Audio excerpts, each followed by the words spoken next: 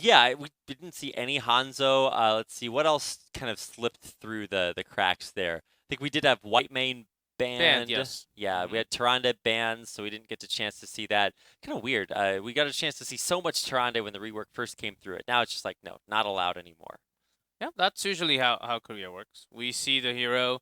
Uh, it's because some teams are just uncertain how strong, or they don't want to believe how strong the hero is, and then they feel the pain or they use it and they feel the power. That's the other side. And then after a few days, okay, that's pretty broken. That's pretty strong. That's pretty easy to pair up with for all the teams. Yeah, they Which let means the hero is really actually strong, then you just have to ban it. Like that's what Genji. happens when a new patch comes out. You get to have the guinea pig teams, right? That kind of test everything out, and then the next week the teams kind of figured out. Wait a second, no, this is what it looks like. We don't need to have that. It only took us a day. Yeah, yeah. It Only was one day. a very fast realization. Maybe this hero's pretty good right now. And of course, keep in mind, we've got more good heroes coming through as reworks come through for Brightwing, for Kerrigan. We're really going to be changing up quite a bit. Well, we're not going to be in that patch until maybe BlizzCon. I'm not sure. Of course, nothing official yet. But Right. when we come back into week 10, we're going to have that Mephisto. Oh, And yeah. so a lot more to ban, a lot more to take. We'll have to see what bans come out. Maybe Tyrande Mephisto ban, just letting all the tanks go through, because we already have two. Genji and Tyrande, just solid bans. But maybe we'll just have a lot more Diablo open. Yeah, and both of these teams have gotten to play things like Maiev recently, and that's very commonly banned hero. Maybe that starts to get let through, and we see the return of a lot of really cool assassins. But there's a hammer ban, no questions asked by Ballistics. They do not want to give Reset the opportunity to just kind of roll down that lane, and with a Genji ban coming out from Gen G, that does leave that Maiev is open. Yes, Maiev is open. And first pick Maiev. Okay, was really strong back in Eastern Clash. Not too many times open during part number 2. This happened because they banned Hammer, and they wanted to do it because Genji was banned as a second one after Tyrande. There's the Hanzo, so no more mysteries. We are getting him in our games. And for Gen G, of course, a huge source of strength. Diablo coming through as well. Not really a big mystery, but still, things like Anubarak and Garrosh are still open for Ballistics. Or not Garrosh, but Anubarak. Against Diablo, and when you try to pair up with Maiev, it is not just going to be Cage. More often the disc in this case. And Gen G, if they see a team come that you can kind of feel the Cage coming out, they'll just bring out a Falstad and use it on this map. And with Decker plays, I think we're moving away from that big Cage plus the Junkrat. The Wombo combo kind of idea. Wishful thinking. Probably not going to have that come out here. Maybe still the potential for Junkrat still, but it's been prioritized by both teams here before. But yeah, I definitely think banning the Rainer. Oh, still the White Main ban. Okay. Trying to limit the support pool maybe a little bit more. Also with Maiev, lots of mages fit really nicely in there. So big mage counters, especially living counter. I have been saying White Main a little bit. Burst healing. Real Malfuri in this case. Okay, see, so they're not really too scared about the Cage potential at all. Kind of having the same solution to that limited support pool. Just go straight back to the Malfurion. Not a bad pick, but obviously Deckard and substantially or subsequently Tyrande kind of eclipsed it after being a very strong first pick for a while. Final two picks here, ETC, okay. And a Phoenix there for Ballistics. Now, what is the final pick here? Do they want to go some way to chunk through ETC and Blaze?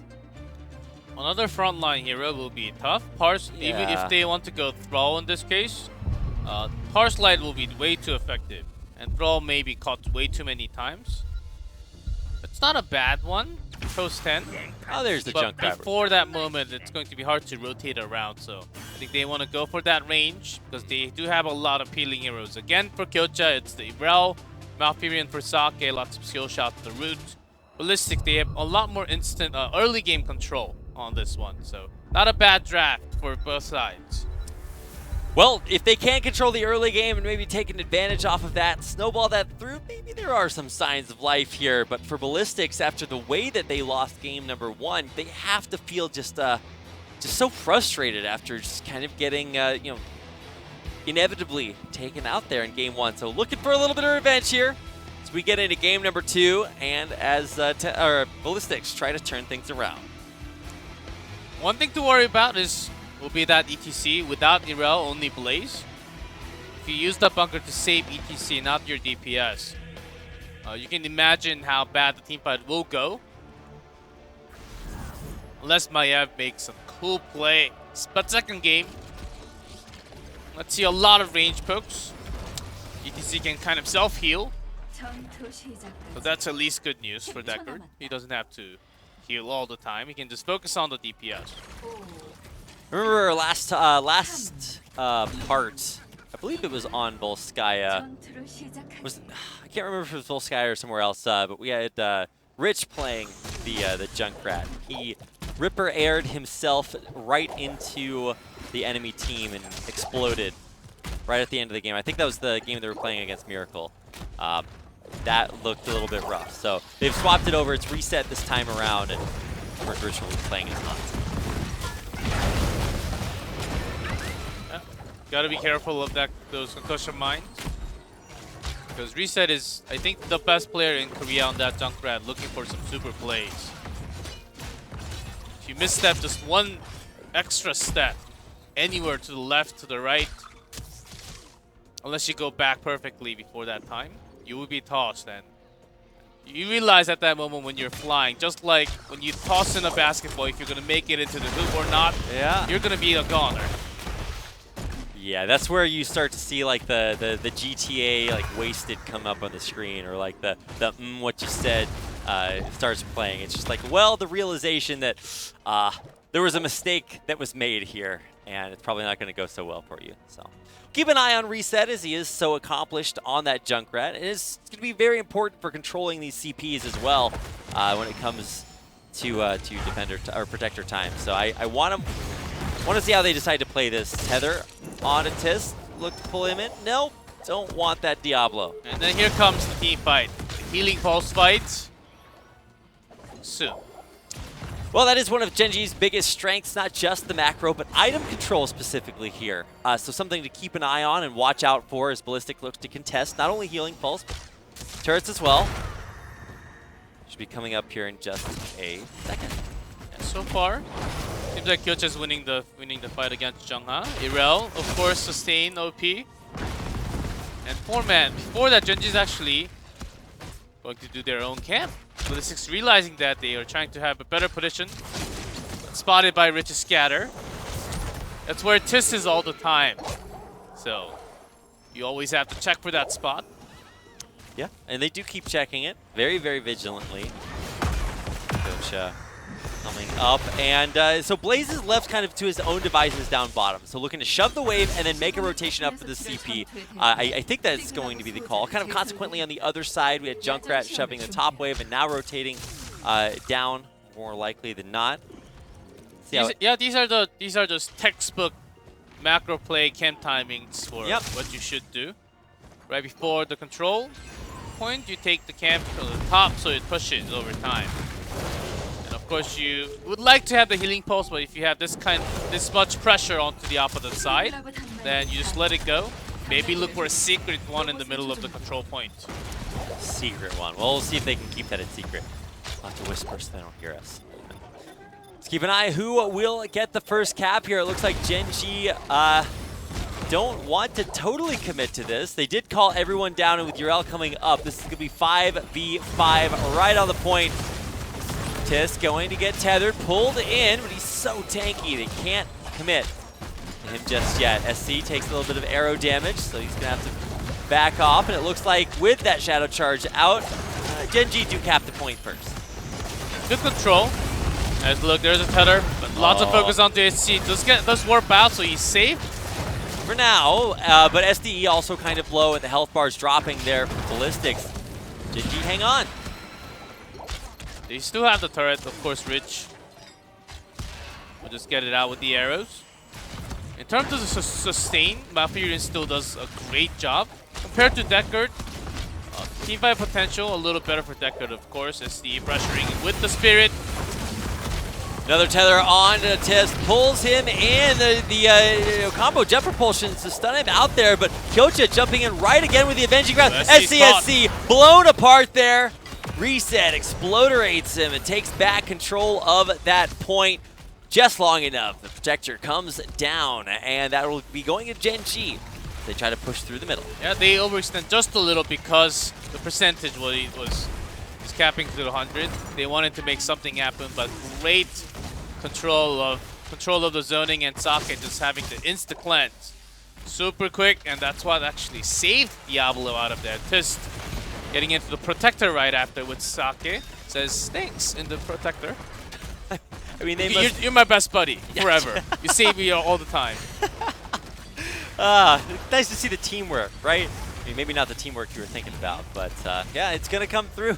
Tempest, or not Tempest, Gen G, holdover from last game. Gen G get their first Protector and will crush through the top fort. Do they look for something else here, though? I never know how greedy or, let me phrase it, confident Gen G are. It looks like they are good to go for maybe another one. Just a little. There's a good power slide with the root. Sake will be caught. Sake, great yeah. catch. Great catch does take him out here, and here comes, oh no, the disengage there, beautifully done. Reset still takes a lot of damage and maybe more kills, but Hooligan, great power slide pairing up with the perfect scroll of sealing there. Catches two, and even though Kyocha might just barely make it through, Diablo not quite so lucky. That's a lot of big catches. SD actually wanted to get another kill with the Spirit, and Kyocha actually just barely went out. That's a great turnaround for Ballistics because they lost the first Protector and the entire fort and the wall, but just grabbing onto this healing pulse for the next one, that's a big advantage for them. They're taking that away from Gen G. I mean, that just doesn't happen all that often. So, I mean, Gen G, of course, will still get items of their own, but Ballistics, well, they went shopping a little bit earlier. So, it's going to be a big advantage when it comes to Protector number 2. And, you know, maybe sure, Protector number 1 does actually take down the first fort, but, you know, number 2, number 3, they keep getting more and more powerful. Look at that, Gen G. They're not a team to that. Who just give up everything because they lost the healing pulse. They got to take more. So the slows come in. There's SCE focusing on to Diablo, but no tether unstoppable from the Lightning Breath. Stay a while, does only catch a couple. Not actually all that effective, but SC staying alive, back to the back, still able to get that salvo damage down. But Kyocha just keeping the fight going, not taking no for an answer and moving forward. Oh, nice denial on any healing coming back his way, but he doesn't even need it. And Rich because they're really low, with one perfect Storm Arrow and the Scatter, he can actually get killed onto some of the squishy ones like a Deckard. He was pressuring from the side still. I mean, only Rich would be there, right? It's very dangerous, and maybe, you know, half of the time he gets, you know, blown up and dies spontaneously. At that time, yeah, just keeping the pressure on. Hooligan rotating from side, but he still has to wait for Blaze. And in that time, Gen G will back out. So they end up losing a lot in that trade. ETC, the reason why we don't see ETC as much, even though Power Stage Dive sometimes has a global, Mosh Pit is certainly really strong, one of the strongest heroic. The reason why it's on super long cooldown as well.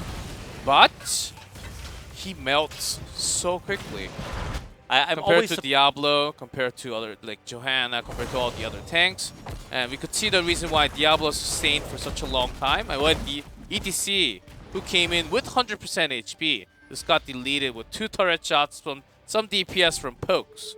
Well, you're not going to be like, the number of health potions that Deckard has to like throw out and distribute is not really going to be, he's not looking to lob them all the way forward to the front line. So there's just not as much healing coming back there. Whereas, of course, Malfurion, like you were saying, over time, very, very good. Nice warp out. Riptire actually not all that effective, but does just disengage and push Ballistics back. Yeah. That was a nice setup. That could have been a very, very nice setup, but I think if Rich just had an arrow there, just to buy buy some time to cancel the warp and Riptire. That could have been a kill. But they were not really stressing that as a big deal too much. Yeah. I like that neither team are like super overcommitting to just about anything, but it does look like Ballistics are kind of making the choice to give up this next Protectors. Gen G closing in on that 90%, and unless they go now, yeah, they're not going to make it in time. That'll be the second big objective going to Gen G. And yeah, they just take everything and take more. For Ballistics, they can do a little. Cage will help now. Once they have to focus basically to everything, they need a perfect, really good setup. Mosh Pit alone will be a really hard one. They need a really good stay a while and listen, plus the Mosh Pit, which may certainly turn around the game. There's a dream combo there, but it's going to take quite a bit to realize. And I mean, they are going to need to pull the trigger on that pretty soon because their forces are dropping like flies, and with still half the time left on this Protector, Gen G are just going to go for fort number 3. Yes, that Q missed big time. Nice one. All right, we're ready to get the up close and personal look at the Protectors. It does come through. Nice warp to disjoint. They engage, but yeah, it is going to be the final fort being taken down by Gen G. Good face mail. There's an engage. Not Yeah. the best pair up, but they just want to remove. Maybe they were actually looking for a kill with the Protector damage. Yeah, I think we could have seen that. I mean, Gen G were getting those kills yesterday too, so got to keep an eye on how hard they want to go. It looks like it's the retreat call has been sounded, so Gen G will back off for now, but I don't know if Ballistics want to let them go. Here comes the SDE. We find a tether. Oh, good. But no pair up. And you don't want to focus on Derail. There's a Mosh Pit. Does catch 2. The setup is good. Tist in the back line. It is a cage, not the disc. The stay a while is not bad. The reset's gone, but Maiev is traded in there. And in the bunker, he still survived. But Felix is trying to turn this around. Hooligan pretty deceptively tanky, but not tanky enough, and he goes down on the backside. Junga looking to try to find the morale kill at the end, but won't even have that one coming back his way. And while, yeah, SC survives the whole time, his team's dropping like flies around him, and even Magi might go down if Kyocha can chase him out. And Blaze. Where's Blaze going? He's saving himself, man. It's pretty hot here. And Kyocha cannot be killed. Still Ardent Defense. He was actually trying to set up for that arrow. Dodged easily. It feels like Kyocha, or Yrel as a whole, kind of has like a mini Garrosh passive. It's like the lower she gets, the more you have to invest to have a chance of killing her. And even then, maybe it's a 50-50. It's just so resilient. That was a tough one where Diablo was getting focused, but when ETC dives, after post Mosh Pit, they got a really cool kill onto reset. But without the Maiev, they can't control the zone without the bind. I think Phoenix was just outside of the zone, just doing no damage. Only to Diablo, which means he's not doing anything important in the team fight. I mean, maybe if you can get that damage down consistently, you pressure Tist, and then he's too low to get into the fight, but you just didn't have enough, right? And here we go back in again. Interrupted. The warp is not going to be good enough. More Lightning Breath kills. Well, that one goes over to Junkrat, so Reset will grab one for himself. That warp cancel, man, just so perfectly done. Ballistics find themselves real hard situation. SDE, he's going to be the next one forced to drop the cage just to have the safety to get away. Riptire comes through just for a little bit of extra damage. Hooligan could have died, but the cage actually saved him in this case. So they're forcing 4v5 heat. They're actually pushing. Ballistics, they're yet to hit 16, so they have some window of time here. Yeah, they sure do, but I mean, oh, wow, SD did go in on that one. I always kind of hold my breath at that point because we've seen Gen G be so good at disjointing Kyocha's okay. He has an Ardent Defender, so he can actually engage. He never had to use it. Yeah, not worried at all. So this is what I feel during Overwatch. Like there's a control point or the payload, but everyone just fights. They don't think about the mission or the objective. I want more kills. Yeah, well, sometimes kills aren't always the thing that Guys, matters. there's a control point at the bottom. Wasn't it? Was in our first series of the day. We had Blossom lose with more kills than Tempest had. So definitely not all that matters for sure. Whew, 2-level advantage here for Gen G as they look to take their third protector here. And I mean, realistically, what does Ballistics have to do that they haven't been able to all game? You know, like, easier said than done. A wonderful stay a while and listen plus the mosh pit, but because Hanzo and Junkrat are so far away, that's never going to be the case unless they catch them in a surprise. Yeah. That's not happening anytime soon. This is not the point where they can catch them. There's no bush here. Yeah, Deckard is just realistically not going to be able to get on the backliners that have that much range on him. So, he attempted the jet propulsion forward to catch Rich, but he's got the conveyor belt there to help speed him away. Tist has other ideas. He engages. Look at the damage blowing SC apart. He can't even get into the bunker in time, and more just going Gen G's way. SC off to the back, but even though he is quite mobile, I don't think he's making it out of this one. And Kyocha's still pushing. Notice he still has Ardent Defenders. And Gen G, in terms of what they wanted to do, they could have got the kill, but they wanted to delay the respawn time even more. Yeah. Just, what is that? Yeah, disjointing the respawns. So effective. Protector, keep. That's going to be the second keep. Might as well become the keep to finish the game. Yeah, could go for a core call right here. They've got all the momentum they need. A very, very strong 15, 16-minute protector here. And yeah, they could just crash all the way through this. I mean, SDE is still dead for about 8 more seconds. And that's going to be more than enough time to crush this keep down. Keep will fall, and Gen G will push a little bit further on. SC survives this time. Let's go to diving in. No one to actually get the damage. Phoenix does not get into the bunker. The blow up Even is Jongha, real. who was in the bunker, gets leaking protector damage. You can look at that. Who's going to stop Kyocha? No one. There's a snipe from Richard. Headshot. This is an Overwatch map. I guess headshot counts as an it's extra a critical damage. hit. 200% damage from that arrow. And that's going to be game 2, guys. We thought this series was going to be a lot more competitive, but Gen G just wrecking a number 3 spot from Korea Ballistics tonight. 2-0 before we go into the commercial break. And G-Clef, I gotta say, when Ballistics were winning their series versus Tempest a couple weeks ago, they looked very good. I was noticing hallmarks of just successful high-level tier play, and then they come in today. And maybe this is the Gen G effect, where they look so oppressive, so well-practiced, that it doesn't matter what you do against them, but I don't know what to say, but this is not the same Ballistics. It is not the same, and not saying that ETC was a problem, but I think ETC right now in the meta can only be ran with Irel. And that's also the reason why Irel cannot be stopped, because they don't have it on their own. But as an ETC, you don't really want to power slide on Irel.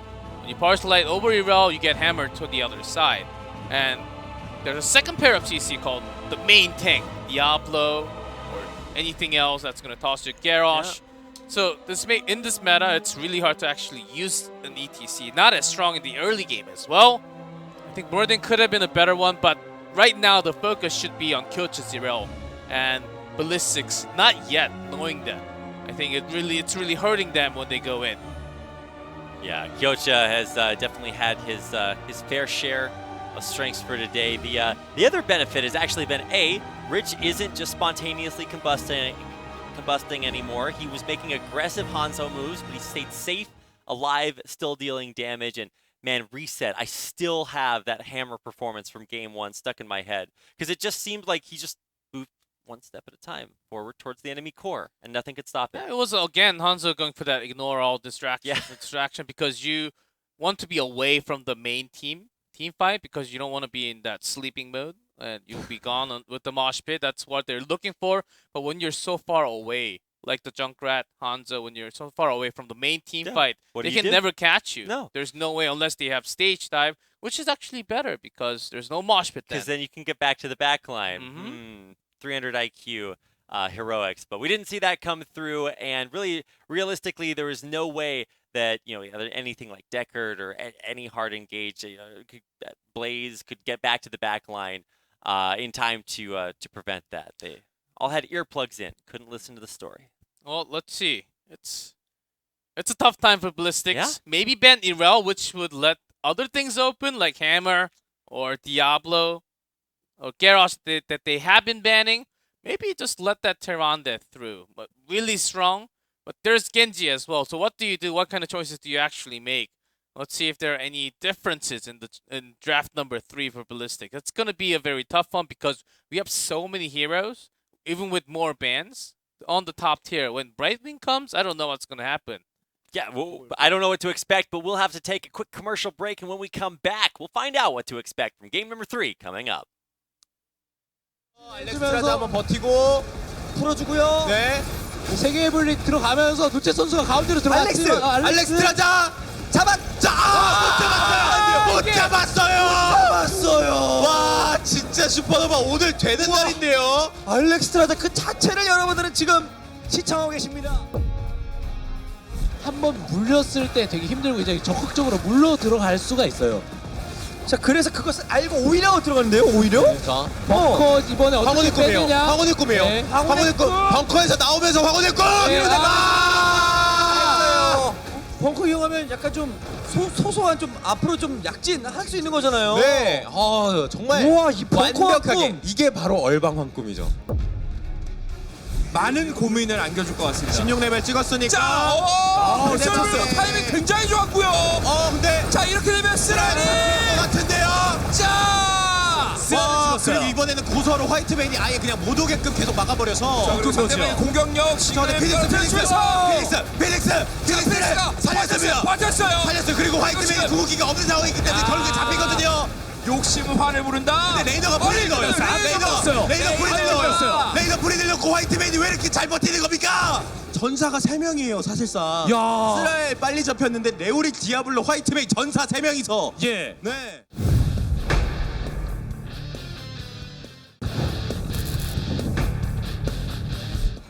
피닉스 궁극기 어차피 공허가만 풀리면 들어오는 건데 이게 아까운 거 아닌가라고 생각할 수 있는데 그 순간에 그걸 버티면서 거기에서 스킬을 와! 아니 브레이크 진짜. 깜짝.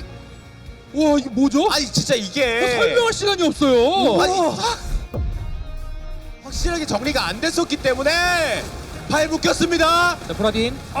브라딘 설마 이걸? 저걸 죽는 것도 처음 봤어요. 솔직히 진짜로 브라딘. 저 화염 한 줄기에. 일단은 시도하지 않네요. 자, 스무스 자, 일단 물리면 네. 데미지가 도발 3명 다 들어갔어요. 자, 그래도 불구가움 때문에 버티긴 버텼거든요. 지키는 고서의 벙커. 네. 이거 이런 2박자 3박자면 근데 자, 그럼 정말 자, 그래도 끝나지 않았습니다. 그래서 이 레이더 프리들 구도를 자, 미라클 맞죠? 밀어낼 필요가 있거든요. 밀어내야 지금 돼요. 이 상황에서 네. 화이트베인의 유지력이 너무나 많이 자, 60인가요? 가로시 잡혔습니다. 잘 들어갔는데 붉은 가오는 켜졌고요. 예. 세 개의 분리로 아예 이 오른쪽 아래쪽으로 밀어놨는데 그게 너무나도 이쁜 종말각을 만들어줬어요. 예. 잘 맞았어요, 정말. Approaching the drop zone.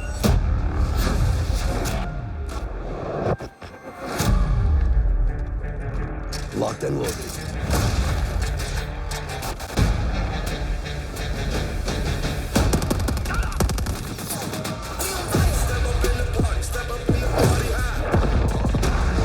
Good to go.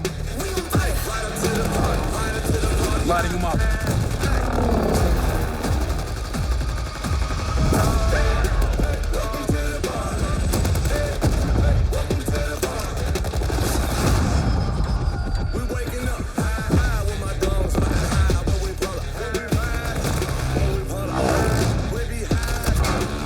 Inbound airdrop detected.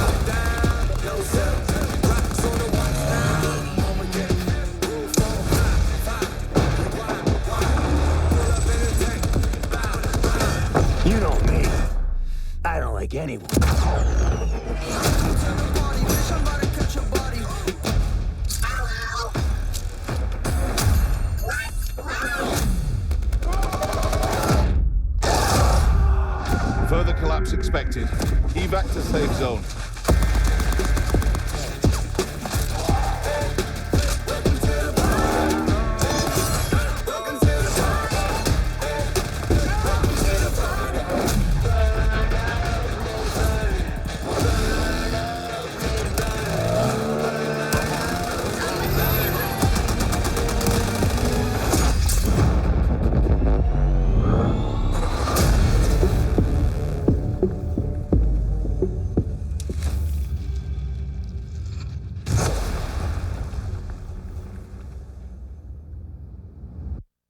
That looks scary. You know what's scarier? Gen.G right now. Yeah, versus literally Ballistics. anything that Gen.G does. Perhaps the scariest part of Gen.G is Noblesse's big, sexy brain, who's been just handing them these drafts. They're just like, oh, wow, this looks pretty good for us. And then they execute it successfully and just looks so dominant. So really, I mean, Ballistics, certainly one of the best teams in the world, but up against Gen.G, it just doesn't look like they can find anything that works. And the only thing that works right now could have been Braxis, but that's banned. Yeah, it's banned. I think Ballistics, they have to maybe this is a chance where they have to really go back all the way. Maybe go BOE, grab Hanzo Ooh. and just let few other picks through, and then make something work. Because right now, just banning the top tier heroes out of there, It's not certainly working. not working. And just you can't just ban Irel, Hammer, and everything together. And when you go to BOE, you have to think about Li Ming as well. That's right. A lot to ban, a lot to take. What kind of choice do you make? I think because they're likely going to have the first pick, they don't know the map. I think maybe choosing the map over the first pick and going with some kind of drafting strategy. I think that's what they need right now. Well, it is going to be a Gen.G map choice, and it is going to be Sky Temple as what could be our final map. All the red maps seem to be Gen.G victories. It's almost like they have great strategies planned for each one of these battlefields, and I'm sure Sky Temple will be no different. But I like what you said, G-Clef. Maybe you need to open things up a little bit. Leave a few of these strong picks open. Make it a little bit crazy and see what falls through. But of course, as far as drafting goes, Noblesse is the best, and he does give his team huge advantages, has been all series long. Maiev, first ban out there, so not going to let that one through. Should still see Genji and Tyrande banned, but what else gets taken off the field? It's always been a tank, so it's going to be Diablo. So you would imagine that if things just keep going standardly, then Genji would ban Tyrande and give... oh no, going with his Zeratul. So letting that through and giving Ballistics the opportunity to take one of the strongest rework heroes in the current meta, but they over-prioritize. Okay. I actually like this choice better than Tyrande. Tyrande is really strong, of course. He's going to be certainly picked. There's no other way. But Ballistics grabbing Hanzo, I think that's what was needed from the first game. Finally, they want to try something else. As you can see from SC, he's on a rage mode. And when he's on that rage mode on a Hanzo, even if you try to go over the moment you try to go over the wall, it hits the turret, bounces off, and kills you. I actually have not seen that from anyone but him. So I don't know if that's just his signature or what, but maybe that's the potential coming out. And still very strong drafting here from Ballistics, even though they do give up that Tyrande and the power pick for Gen.G, the Rainer. They get Deckard, they get Anubarak, both heroes that have been banned before. Tyrande is really strong, but that's how desperate Ballistics is right now in terms of their DPS drafting. They want to go for their old ones, the comfort ones. They grab their Deckard because of that too. Okay, so banning out the Garrosh, that does, I guess, leave a few options open for tanks. I mean, obviously, you could just go straight for like the safety Muradin. We saw ETC in the last game, it just didn't do quite what it needed to. I actually saved that tank pick for last. Because if they reveal already, they can bring something like the Taikas once again. And just burst down. They don't have a Diablo, but even against some other tank like a Muradin, that is always a possibility. And this makes SD think, which one should I really go? No surprise on the Blaze, but the Li Ming is kind of surprising that it made it this far down in the the draft.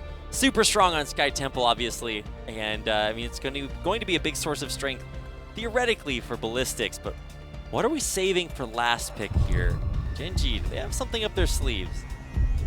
Test the one on camera. I said ETC works with Irel. Trapping down, leaving Hanzo is actually really tough. Power Slide not enough range, not even close. And that's also a reason why the Ballistics dropped game 2. Tyrael in this case might just be Judgment. I can kind of feel the Planet Cracker Judgment Tyrande CC coming.